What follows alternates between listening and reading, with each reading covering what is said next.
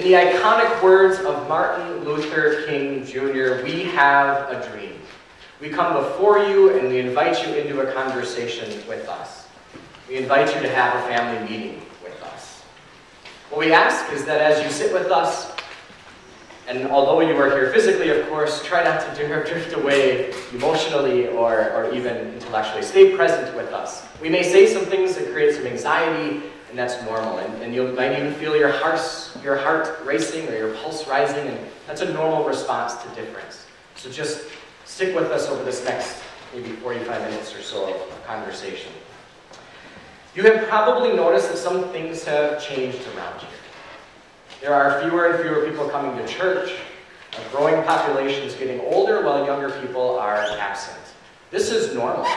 This is the reality of the church in North America. The church down the street is having the same situation as we have. And the church down the street from that is doing the same, is going through the same sort of thing. So it's important to acknowledge that this is not your fault. This is a reality of the church in North America. Christianity in general is declining. People are not going to church as they once used to. They don't feel the need to, even. So what do we do about that? How do we acknowledge that reality and present a response? So today, the Dream Team and I invite you into a conversation with us about the reality of the church here in Northern America, in Bongards, and in, really the globe, really at least North America. We hold out for you that we have hope and that we have a dream. So I will surrender this space now to Anthony. Go. Wait. I'm not going to surrender my space yet to you. Sorry about that. I want to share some statistics. I moved too quickly. I want to share some statistics. Paul Nixon wrote this book that we are presenting out of called I Refuse to Lead a Dying Church. But what Paul Nixon says is this: most of the denominational faith communities that first evangelized North America are now rapidly in decline. These are the United Methodists, the Evangelical Lutherans, the Presbyterians, the Episcopal Church, the Disciples of Christ, the American Baptist, and UCC. We made the list. He claims that most of these churches will disappear sometime in the next 50 years. The largest of the old tribes, the United Methodist Church, recently came out with their annual stockholders report, reporting that in terms of their increase and decrease of membership, they have lost, they've had a net loss of membership for the 37th year in a row. They have lost in the last 40 years 50% of their total membership. The Disciples of Christ have lost 70%, and the UCC, us, have lost 60%.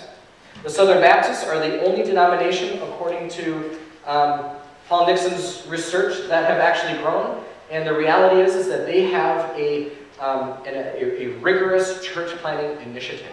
So while there's some established churches that are continuing to decline, there's other churches that are growing because they're starting new churches.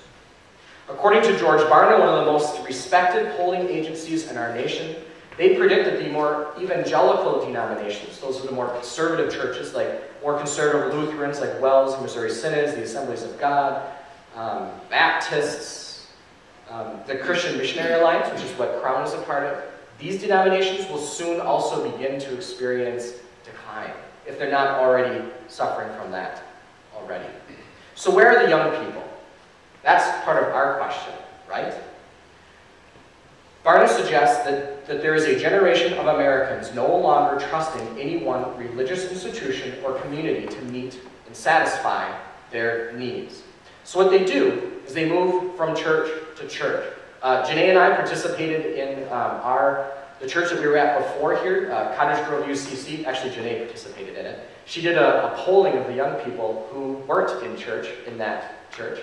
And what came out is that they will go to one church for preaching, another church for community, and another church for the music. They kind of rotate among a number of different churches as sort of a free market experience in order to get different parts of their spirituality met, some of those needs met. And let's be honest, we're in a digital age. If people want a sermon, you can go online. You don't have to go to church. So how do we acknowledge that this is the reality and also find creative ways to draw people in, to build community in ways that are different. Something that will be interesting and intriguing. So now, I will surrender the presentation to you, Alan. Good morning, everyone. Good morning. Well, the Dream Team has been meeting for a couple months now, and we've been reading a book called We Refuse to Lead a Dying Church. This presentation here in front of you now is the thoughts and words from the book that we read, and it's by Paul Nixon. We will discuss the 6 chapters together, and as the presentation is going along, remember, we are not alone. Our situation is not unique. Many other churches nationwide are declining in attendance as well. So chapter 1 was titled Choosing Life Over Death. Where Jesus is, there is life. There is abundant life, vigorous life, loved life, and eternal life. There is life before death. Do not become accustomed to the death of a church. This here was an experience from Pastor Nixon. When he led his first church, he quotes saying, "On my first Sunday leading the Wenatchee Church in the Pacific Northwest at age 19, we had 11 persons present. I was so nervous about having to lead a worship service that I physically shook for some time afterwards. The 17-year-old kid they sent me to lead the music was even more of a wreck than I was. The fact that anyone came back the next week was a wonder. But I expected no less. I could not imagine any reason why this church, or any church, should fail to thrive, despite whatever had happened before I got to town. Over the 14 weeks, armed with a trusty map and a stack of crude brochures, I took it upon myself to visit every home in this community of 1,500 people. I went door to door. I walked in on more than one family fight and on several naturalists who answered the door without clothes on. I kept those visits brief. On each of the last 3 Sundays that summer, we had more than 40 persons in worship. We served a couple dozen children in vacation Bible school. 3 persons professed faith in Christ that summer. I prayed like crazy. I refused to be part of a dying church, and God honored my refusal. And the church lived. Chapter 2, Choosing Community Over Isolation. People are as starved for meaningful community today as at any other time in human history. This comes with being human. Churches that provide meaningful community typically pack out their house and often return folks in large numbers to the world in various forms of community service. People are not dropping out of churches because they have become less community-minded. Most likely, they are leaving to look for community somewhere else, where they think they have a better shot at it, either at another church or somewhere else completely.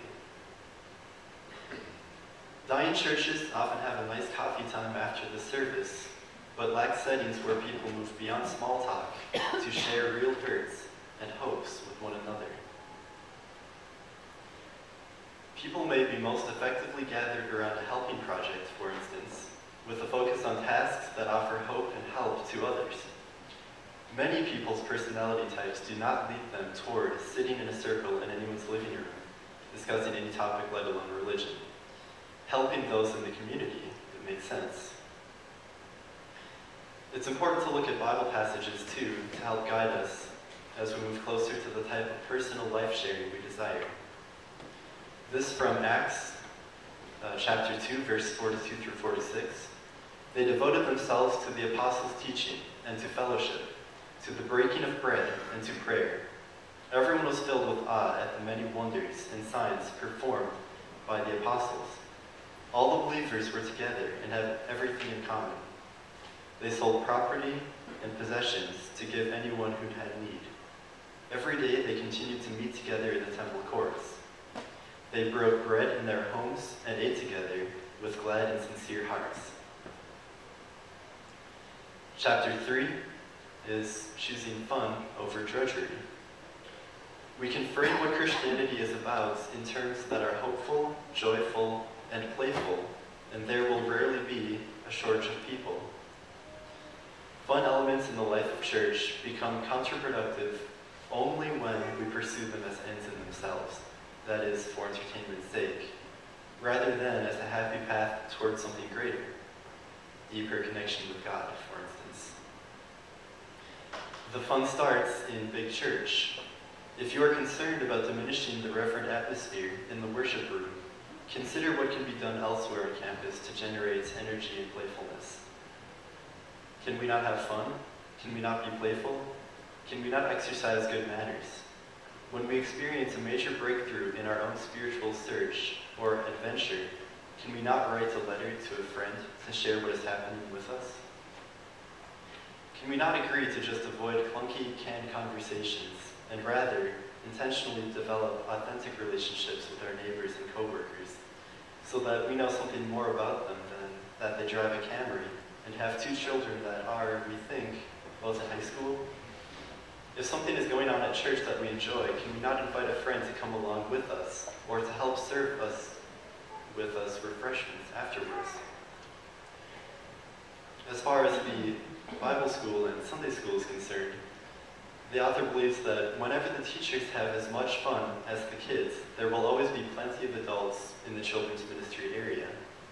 But even in a joyful environment, it still takes a lot of prayer, tenacity, teamwork, and a lot of fun to recruit all of the workers we lead. As far as the financial aspect, when you are ready to have a lot of fun raising $1 or $5 or $10 million, that is when it is time to raise the money. Chapter 4, choosing bold over mild.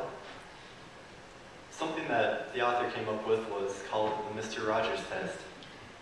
It says, if any element in our worship service would fit comfortably on Mr. Rogers' neighborhood, we need to think seriously about either not doing that thing any longer or doing it in a bolder, edgier way so that it sparkles like a diamond. In the early years of the 21st century, it is clear to me that bold is trumping mild, hands down. When the Spirit of God fell upon the apostles in Jerusalem, we are told that they were filled with boldness. If the goal is to offend no one, which is the goal in many churches, the church's passion will usually become directed toward preserving fellowship and harmony among the aging church population. And then, mildly, the offertory organ music will hum everyone into a happy spiritual coma. In the books of Acts, the boldness that came from the Spirit was mission-driven. Boldness in the world of sight means a never-ending array of fresh symbols, vivid colors, and carefully developed visual metaphors in worship. For instance, raising a wooden cross in the middle of our worship service area here and flooding it with the lights in an otherwise darkened room could be an idea, one of an unlimited amount, I'm sure. The bold church is quite serious in its intent to change the world, within its range of influence, empowered by God. In a busy world of working, commuting, child-rearing, and grocery shopping, I will give some time to a movement that promises to help me find wise solutions for my life and to truly improve my community and world. I, personally, do not have much time for a church whose primary purpose is camaraderie, and I stand with the majority of young Americans on this point. If I do belong to an organization with mild aspirations, I will be casual and sporadic in my attendance, volunteering, giving. My energy will drift elsewhere. Bold visions for changing the world will always win us partners who are ready to roll up their sleeves. In such endeavors, together, we open up ourselves to life changes that can only happen when we improve the lives of others. The bolder a church's vision is, the more engaging and winsome that church becomes to the general public. Be bold, and you will win my undivided attention. Chapter 5 of 6, choosing frontier over fortress. By the 1840s, the Methodist movement's growth rate was markedly slowing. At about that time, American churches began building more substantial buildings. I cannot go so far as to declare causality and say that big buildings cause churches to slow down. But I can definitely tell you there is a remarkable correlation.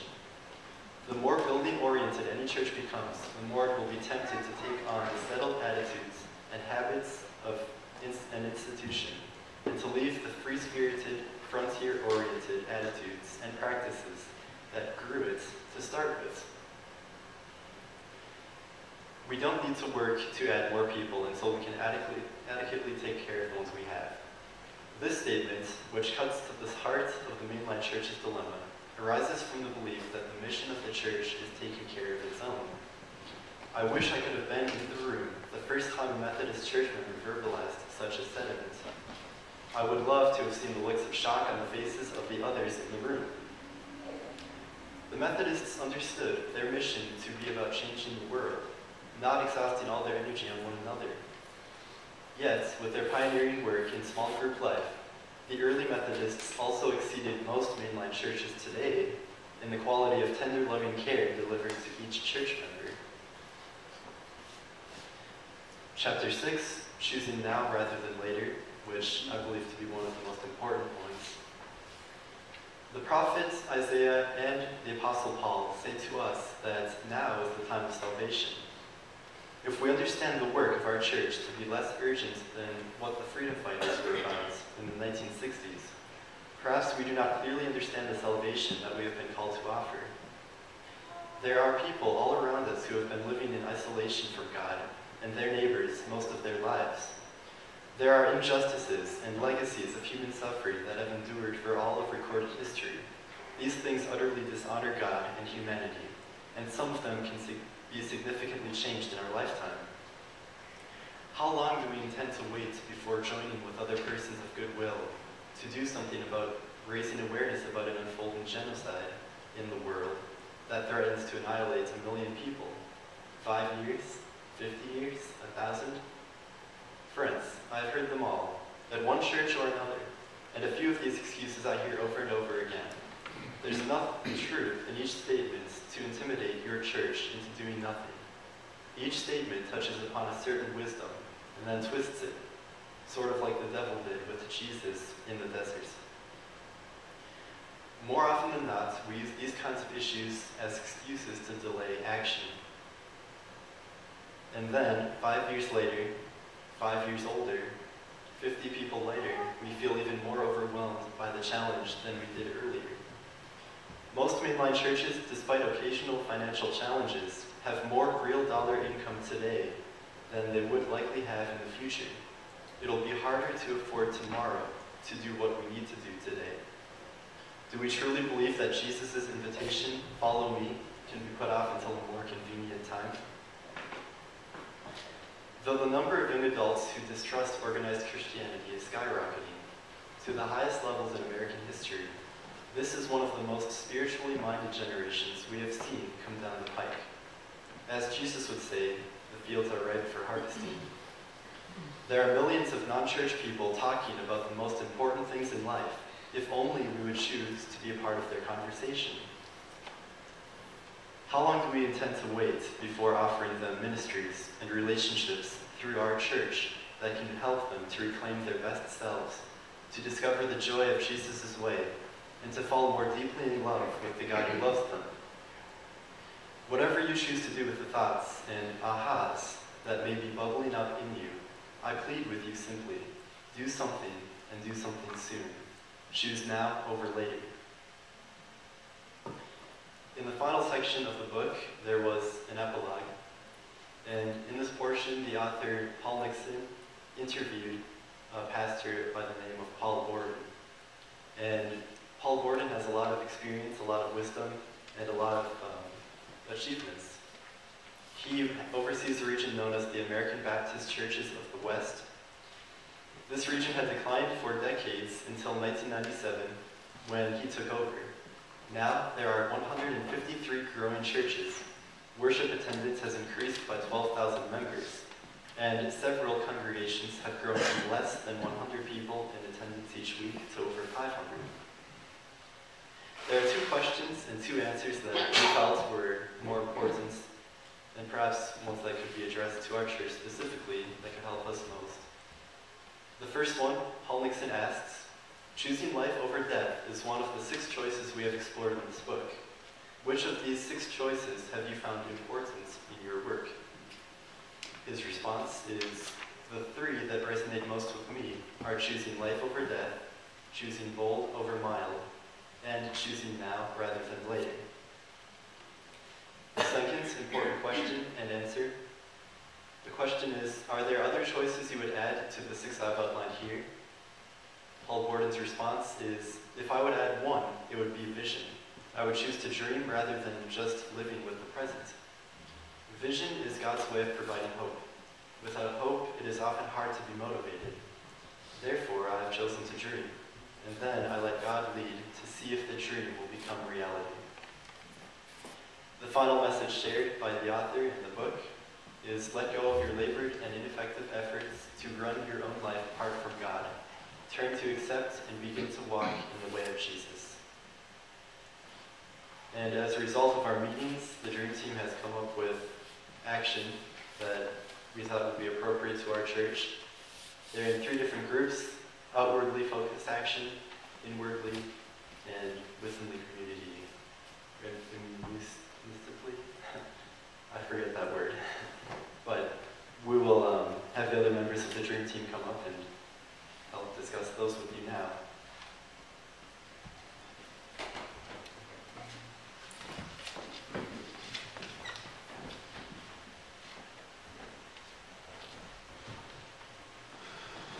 I think one of the things that we talked about is we all got along, believe it or not, in this Dream Team. I think we did anyway. Okay, what we're looking at is ideas and thoughts.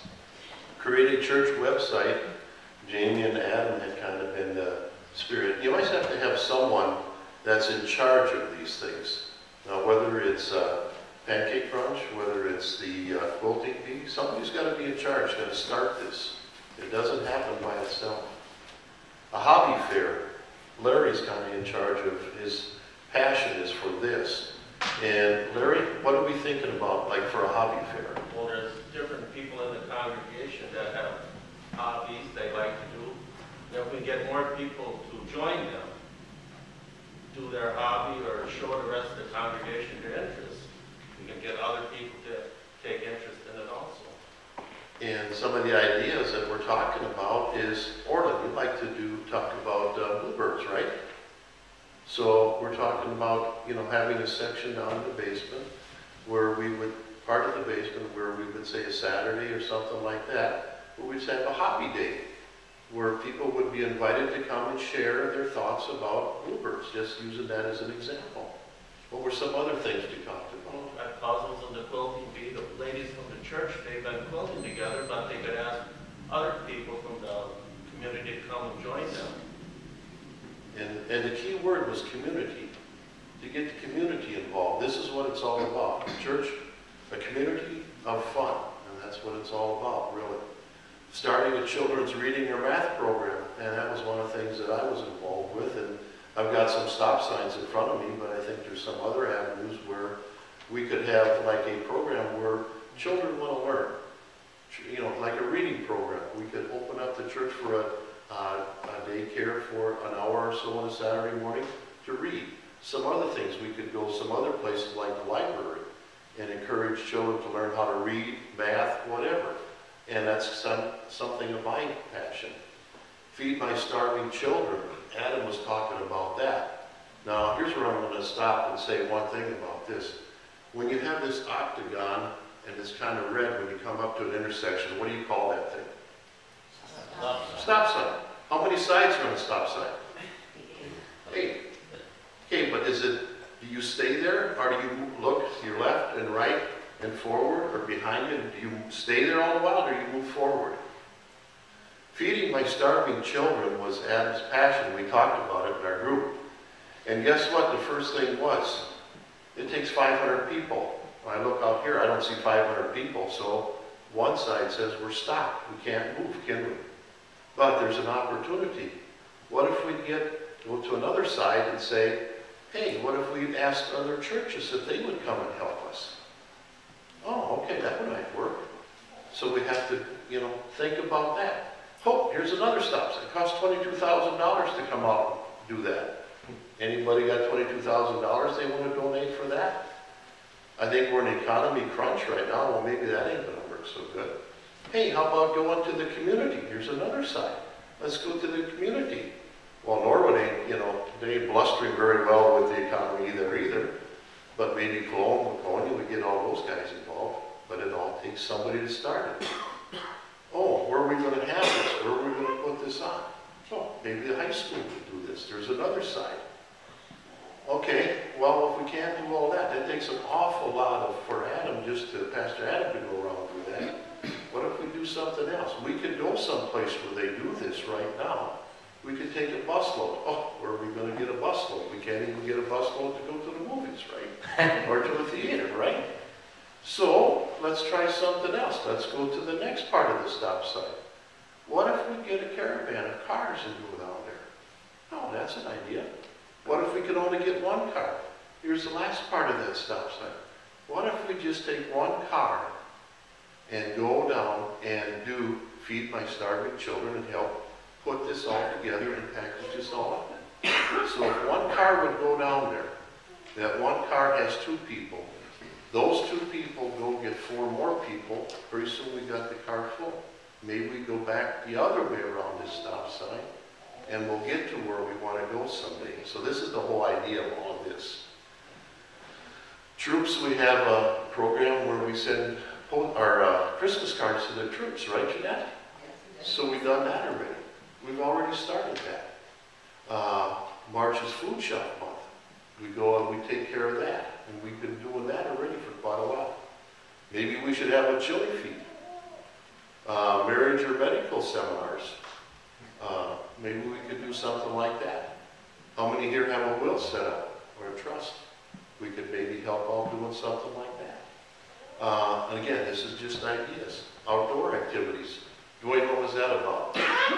You were going to take us all fishing? Ooh. Sure, have a fish fry after that. So, I mean, there's one thing we could do there.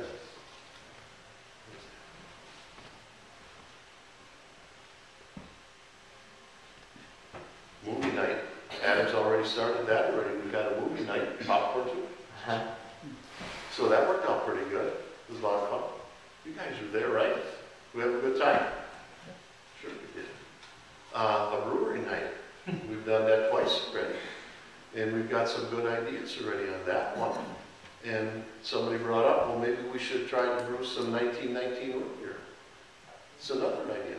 That's fellowship. That's what it's all about, really. Community fellowship. First one, there was how many, Larry? 2. How many were at the last one? 12. 12. We had a good time.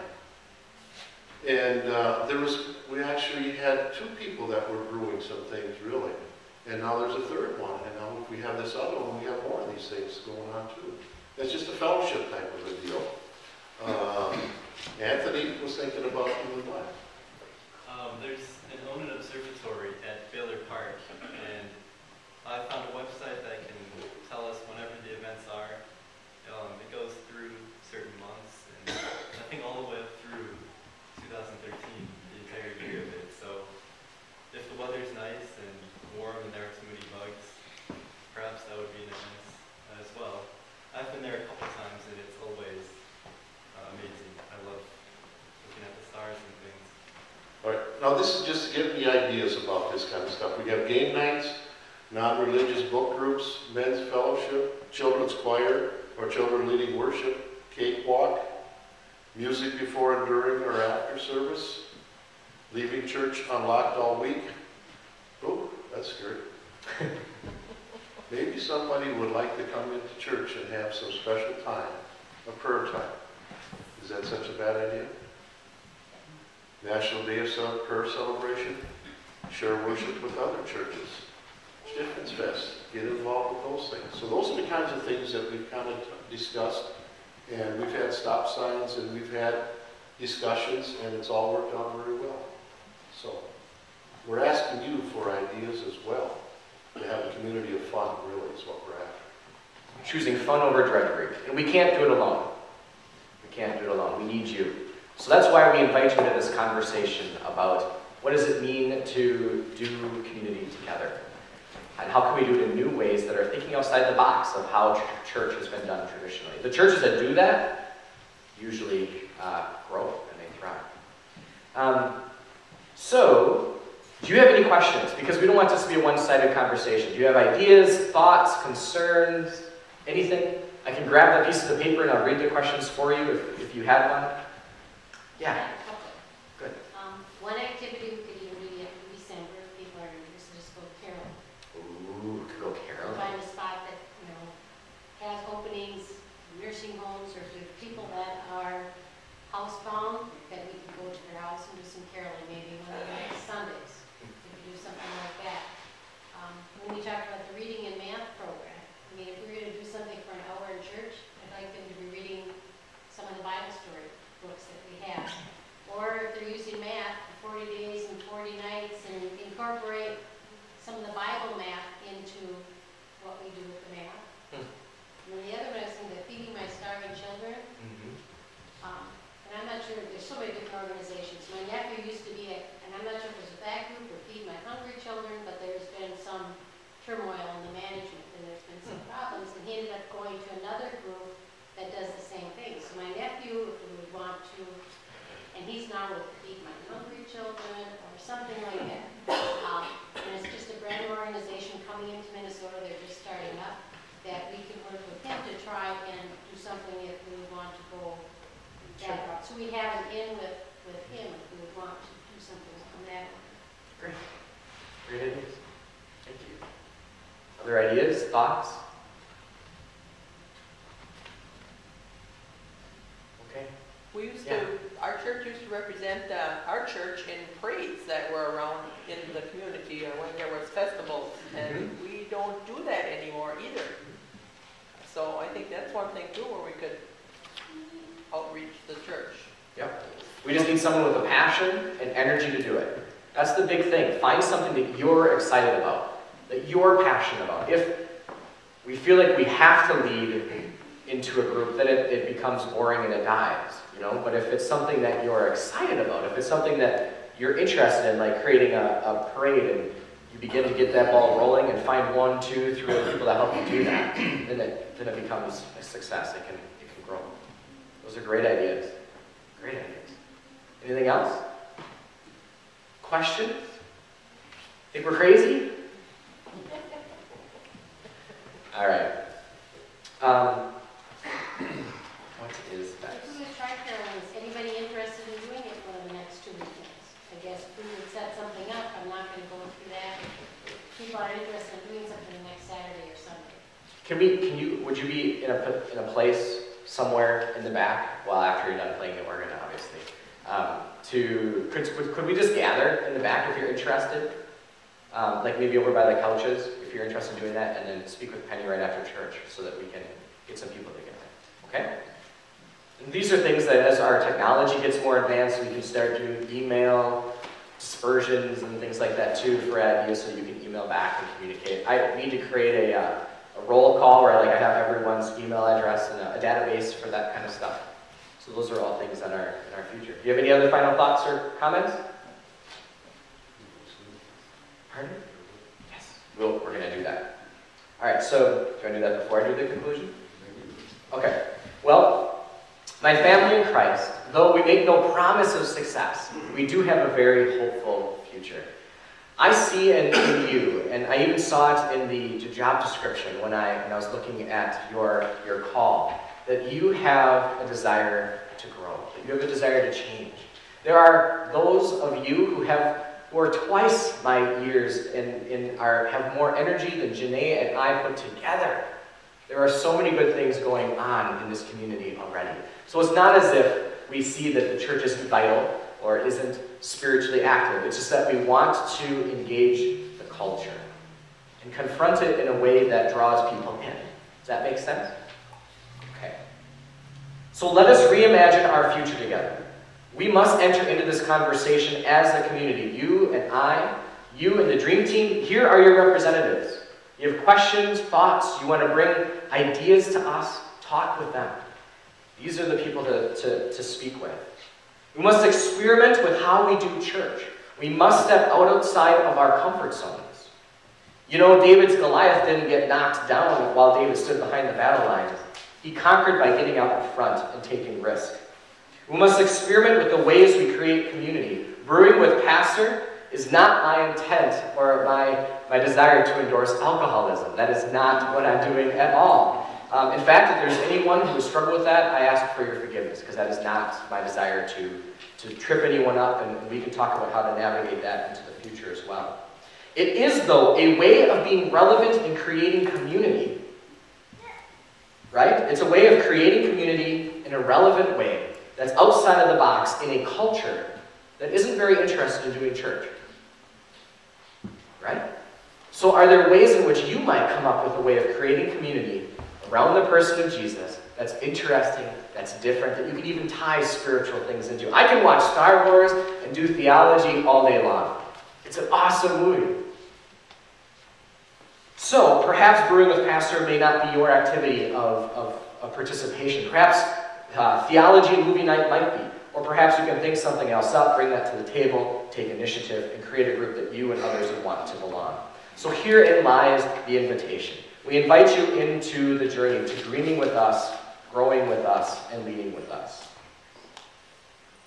And the possibilities are endless. As we all come to Christ's table, as we all come to dream about our future together, something will emerge among us. This is just the beginning. We don't have all the answers. These are just some concrete examples that we came up with. There might be some ideas that you guys have that are even better than ours. Let us, in the words of Jesus Christ, learn the cost of discipleship. What will be your contribution? Perhaps Jesus is right. Only in death can we find new life. The invitation is yours. Come now, for all things are ready. And Woody would like to present sort of a concrete example. We were looking for a symbol, what this church is all about. If I can pull this out properly, which I probably can. First of all, we want to have what we call a symbol. St. John's tow rope of life. It's not a tug of war where we're going to have two sides. One pulls one way, one pulls the other way. We're going to take that off of there. What, we can't fight? We can discuss, but we're not going to fight. We added an entryway, didn't we? Many years ago, didn't we? Do we have stop signs on that? We've got a new organ penny. Do we have stop signs on that? We paved the parking lot over, didn't we? Somebody stopped you once in a while on that? Steel siding on the church and the parsonage? Easter sunrise service and breakfast? Pork chops dinner. Don't we have that, Kathleen? Stop signs once in a while, wasn't there? Still goes through, right? Pancake brunch, Dwayne. We've done that, and we still go on. We redid the church floors, the carpeting, did the wood. Added an elevator. Did we have stop signs for that? 2.5 years, almost 3 years before we got that through. New carpeting and painting in the parsonage. Remodeled the upstairs of the church. Looking around you. Want to go back to the old yellow stuff? I think so. Relay for Life program. Pretty good deal, right? Quilt making. I bet you there's some stories a mouse could tell on that one, huh? Shoe boxes for the children. Last year we only had 6 boxes. How many do we have this year, guys? 25. How many? 25. Wow. Pretty good, huh? Playing of the bells by the Sunday school. Remodeling of the church basement. What do you think, Leonard? Any stop signs down there? Was a go all the way. But it's done, right? Installation of lighting in the church sign. How many people enjoy that? Benches for the outside of our church campus. How many people enjoy that without saying a word, but they really enjoy it? New retaining wall by the parsonage. Food shelf program. Christmas cards to the military last month. But guess what? That's only a few, and I didn't catch everybody, and I apologize. But the tow rope is here for everybody. It's a symbol. We can all grab on, and we can move forward. We can do a lot of different things. We can help each other, and in this community of fun, we can have a lot of fun. Amen.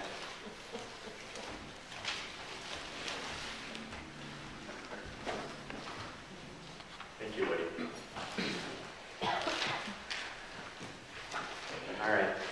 why don't, if there isn't anything further, you can shut that off, Janae.